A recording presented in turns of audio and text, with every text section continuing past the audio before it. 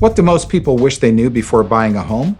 The answers are simple, but I think they may surprise you. Hi, I'm Frank Polsinello with the Polsinello Team at RE/MAX.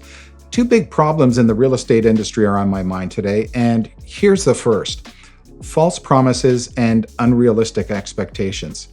People are constantly seeing slogans like "get a mortgage with a click of a button" or "home buying made easy." To be clear, the process of getting a mortgage is painstaking and tedious. It's full of document uploads, back and forth, and all kinds of headaches. Sure, technology is evolving, but there's no such thing as getting a traditional mortgage with the click of a button.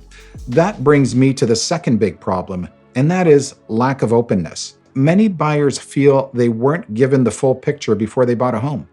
However, this discussion rarely happens. Home buyers need to know the truth about today's asking prices. And it also turns out that most home buyers have no idea how their agent even gets paid. And this is because most agents would prefer not to explain this simple fact. The buyer is the one who's paying their agent's commission because it's baked into the sales price, even though it's paid by the seller. Industry research shows that most buyers wish two things occurred before they bought their home.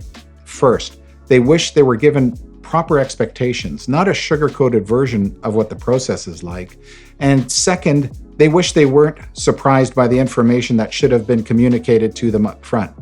If you'd like to discuss your upcoming home purchase, I invite you to connect with me, Frank Polsinello, at polsinello.ca or at 905-830-9111.